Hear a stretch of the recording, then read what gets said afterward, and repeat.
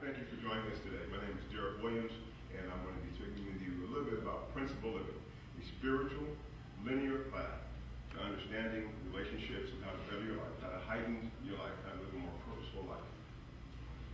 Principle living is a philosophy that I've developed over the last 7 years in a book that I've written over about the last 2 years, published last October this time. Okay? You can find the book on ETHOS.mov. It's available at Carmel Bookstore. You can buy it at the Wellness Planning Institute of Monterey. You can look me up online, Facebook, and you can look at principleliving.com. You'll find the book available there. So what is principle living? Well, I've got a couple of documents here I want you to track along with. We have a short period of time, so if you pass these around for me. We have a short period of time, so I'm going to go quickly, so that you might have some questions. You can feel free to ask. And if you would advance to the page where you see the relationship cycle.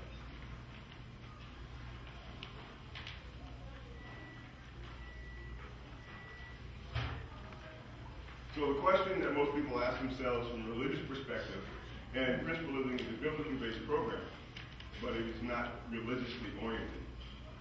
And it's not so that it's spiritually minded, in such that it has no foundation, no practical application, because we can become so spiritually minded that we become no earthly good. So the idea is, how do we take the spiritual aspect of it, that which we truly are, and apply it to the earthly part of it, that which we truly live, and make it practical, make it sensible, and make it easy to understand. Well, I thought I had the answer. It ended up being a 300-page book. So the first thing we ask ourselves often, from philosophy, psychology, sociology, all the ologies ask is, why are we here? What is my purpose in life? What's the purpose of humanity and everything else? Well, I attempted to answer that question through creating principle living. And as I was going forward with in writing principle living and in the development of the philosophy, it kept sending me backwards into answering or to addressing those questions. The question is, then, why are we here? What is my purpose? The answer is relationship. Everything happens in relationship. That is the mantra for principle living. Everything happens in relationship. If we take relationship and look at it as a principle rather than a commodity, if I understood that my relationship with Sharon is not mine to own, but mine to manage as a principle, then a lot of things, or there's a lot of room for things to happen inside that relationship, because it no longer becomes more one-sided. So we look at relationship from a principle living perspective. You have your diagrams here, and we're going to show you as the foundation for principle living. You see at the top of the foundation we have the number 1. The idea of breaking down relationship and principle living is so that we can, as we go forward into principle living, we bring it back to how it heightens and how it increases, maximizes relationship. Okay? First thing is, in a relationship, the first phase of all relationship is acknowledgement. You simply acknowledge the thing. One of the things we teach in principle living is, first of all, not to acknowledge with the idea that you understand, but to acknowledge in the fact that it is simply there. Just acknowledgement.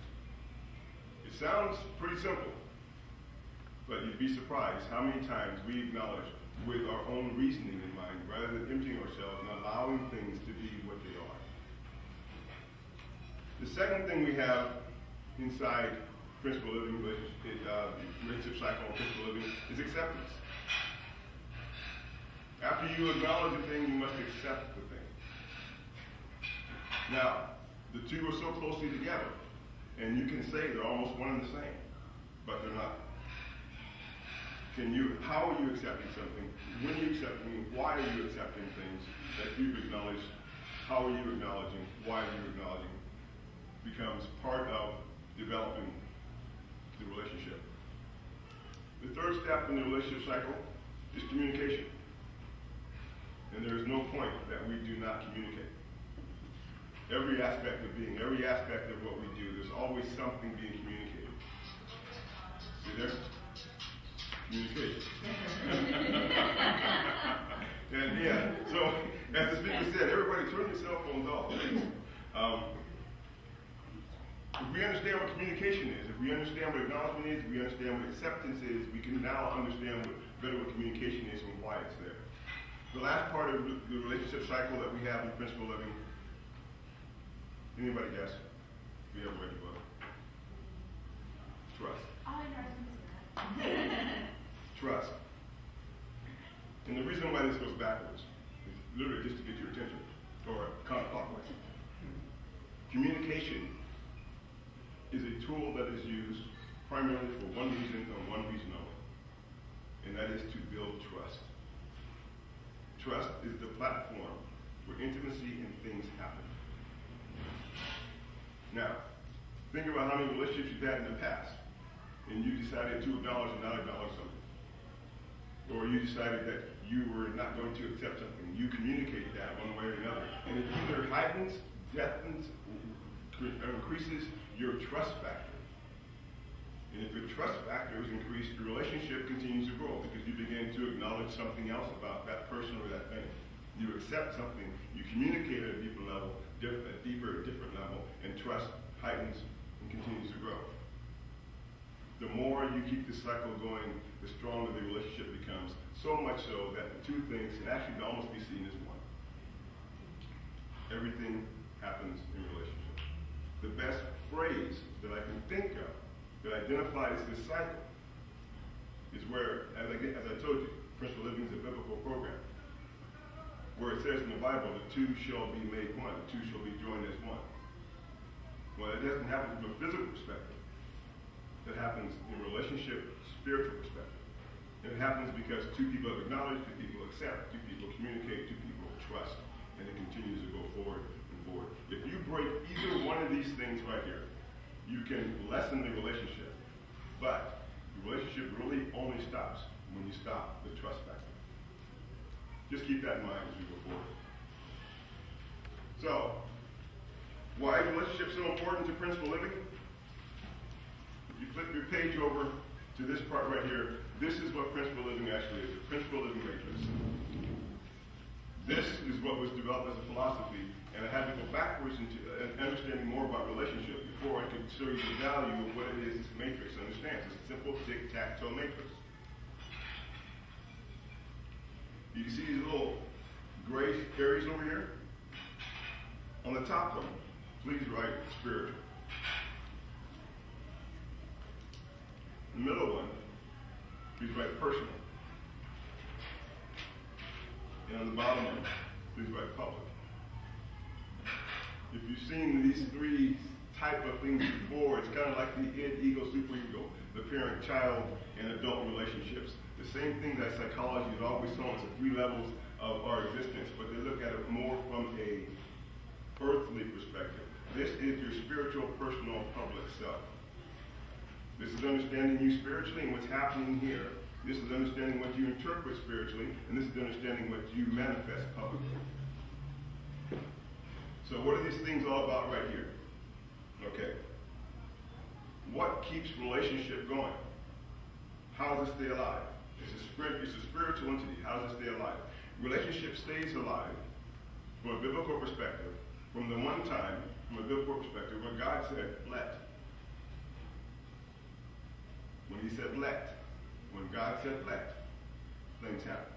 Now, from a religious perspective, people argue the fact that, oh, I don't believe in God, I believe in something else. But it doesn't matter what you want to call it. That's not the point. The point right now is, do you understand something greater than all of us collectively had to do something to get it started? And when that thing started, biblically, it was the word let. When you say let, things happen. What happens? Principles. Inside this area right here, I identify in my book, Principle Living, I identify in this book two different kinds of principles that we live by. One is called sovereign principles, and one is called primary principles. What is a sovereign principle? Sovereign principles are things like hope, faith, sowing and reaping. Those are sovereign principles. There is no time any living human being does not have those. It was the hope of God speaking faith that keeps it alive, and the reaping and sowing of those things that allows us to keep going. It allows this relationship cycle to continue. So you, as a living spiritual being, have hope, have faith, and you reap what you sow. It happens at a spiritual level. So we need to understand more what's happening. And why that happens at a spiritual level is because, well, understanding how that happens is the next letter. Those are the principles here. If we put a P here, that's what principles are. Now, if we go back a little bit further, as I said, there are primary principles. Primary principles are things that are available to you that you can use, you choose to use as often as you want, and to the effect that you use them, frequency and depth, you can augment or change or magnify the sovereign principles of your life, your hope, your faith, and your sowing and reaping. For an example, forgiveness. Forgiveness is a primary principle. It's available to all of us always. Extremely powerful principle. And if you choose to give into it, if you choose to use it, not only do you change your life, your hope, your faith, your sowing and reaping, but you change the life of somebody else. Prayer. If you engage in prayer, if you engage in praise, these meditation. We started this group today with a moment of meditation. Primary principle. You begin to let go of some other things, you begin to allow other things to come in, you begin to see things differently, life begins to change for you, and you begin to operate, therefore, from a different level of hope. Your faith carries you towards that hope, and you begin to reap what you sow. That's the process. The second one would be the process of life. If you understand these principles, how they operate, why they operate, that would be a process of life. At a spiritual level, these things happen whether you believe them or not. You can choose not to hope, but there's no such thing as not hoping. You're just hoping for something else. You can say, I don't have faith towards doing something, but the faith of saying I can't go forward is a faith of not going forward. And guess what happens if you choose hope or not to use your faith? You reap what you sow. There is no time we do not do it. The process of life, understanding the process of life based on the principles, okay, which augment and enhance the relationships you have with other people and other things. From a spiritual perspective, it starts with your understanding of who God, what God is, what you want to call God, how you interface with God is the most important part. So if we understand hope and faith from a perspective that serves relationships spiritually and serves relationships personally and publicly, we then can look at how we manage relationship rather than own relationship. Which takes us to the other level right here. The next word is purpose. Everybody has a purpose. What was between sovereign and purpose? We have principles, process. The process of life is the interaction of the variable understanding engaging with the absolute truth of reality of these principles. These principles do what they do, regardless of how you interact with them. They will do what they do. The thing is, do we understand what we're doing with the gifts that we've been given of these principles? Purpose is the next one. Remember, purpose, the reason why you're here, the reason why we're all here, the reason why life exists, is to serve or to be in relationship. So, we sometimes look at purpose as, I can be filthy rich. My purpose is to be a doctor or a lawyer. There was a man, I'll tell you a quick story. I only have a few minutes, so I'll tell you a quick story just to serve this idea right here. I was told that there was a doctor once, a young man that wanted to be a doctor. Went to school and studied to be a doctor, et cetera, because he wanted to serve children. He loved children. So he studied to be a doctor. He became a doctor. So he started helping children as a pediatrician, as a child's doctor. And he began to realize at some point that he couldn't do the deed he wanted to do because the children were adapting and getting everything and the majority of their understanding of life and else from their parents. So he changed his whole life to become more psychologist and be able to help parents so so that they would help the children, so the children would have a better life. But at the end of that, he began to realize something else. That although he could change their minds, he couldn't change their hearts.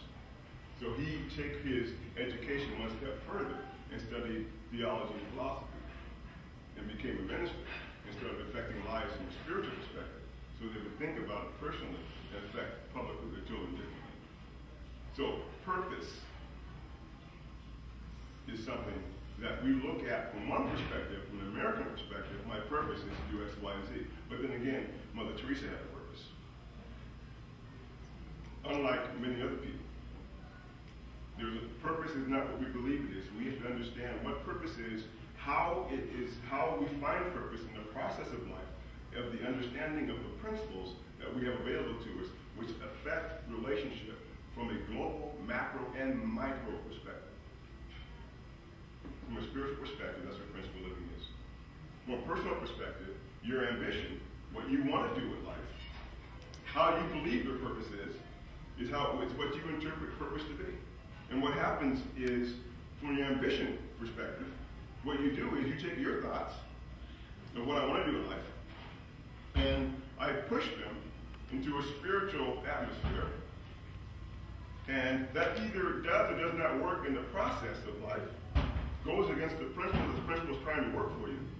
Principle does what it has to do to get you to greater relationship. So sometimes things aren't working for us, and we get all ticked off and get all mad and cross our arms and start pouting and say, it's not working, something's wrong with the world. No, maybe the world's trying to tell you something that you're pushing when you could be pulling and receiving. Remember, the first word that spoke, the most significant word of this was let. So when we begin to let your life happen and manage it differently and stop forcing that life into a spiritual realm, we can sometimes find that life will be in the work for us. But we have to understand what these principles are. We have to understand how that process works. We have to see ourselves as personal, living people. And our ambition would be to pull it down rather than push it up. And you're going to like this next one. Because the next one is intention. If ambition is what you want, intention is what you will do to get what you want. You were talking earlier about people who didn't want to smoke and their intention is not really to quit smoking. Well, I can tell you a little bit about something about intention. Because what your intent is what you're motivated by, which is the next one over, motivation. And truly, as I identify motivation in this philosophy, motivation becomes one thing. One thing. Motivation is not money. Although if you go through a psychological perspective, you will find at least 13 different kinds of motivation that can be identified. All these different, but I can tell you, to simplify, motivation is one thing. You will either choose to live spiritually or you will choose to live carnally. And the second you say, I choose either one, your hope, your faith, and you reap what you sow goes into effect in the process of life. You are either now going towards purpose or not going towards purpose, because your understanding is that you are either going to push or pull what it is. Your intention is to get exactly what you want because you're motivated by what thing. And that will either take you to or push you from the greatest possible relationship available to you. Spiritual. And you must understand that everything is spiritual before it's physical. And everything happens in relationship. So you have to first jump on that idea of what's going on in your motivation. We've talked deeply about that. The last three, behavior.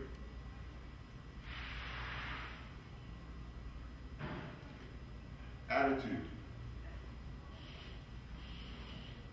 From a public perspective, people see your behavior. What they're actually seeing is your motivation, your intention, your ambition combined into one. They see you acting towards that thing, and then you think it's your purpose. Because you either define or going towards the process of life. And principles are either working or not working against principles, so it affects your relationships. And that affects your relationships spiritually, personally, and publicly. And people see, hear it, first, your behavior. The next thing they see, more than anything else, they see it, and it's the only spiritual part, it's the only thing about you that is spiritual, that is perceived spiritual, that is not spiritual, that you can change. The only intangible thing about you that other people see and know before they know you is attitude. You can walk into a room and somebody says, I don't like him. Why not? I just like his attitude. You don't know the person. You ever hear that? You ever see that? Somebody walks into the room, like, ooh. Or somebody walks in the room and everybody goes, ah, precedes you. And then your behavior follows behind that. Because your motivation is either spiritually sound or it's not. Your intention is to either to do or not to do. Your ambition is either to receive or to push, and it goes all the way back to relationship. Because it's a spiritual commodity that we manage, not that we own. The last one is product of self. Pride, the product of self.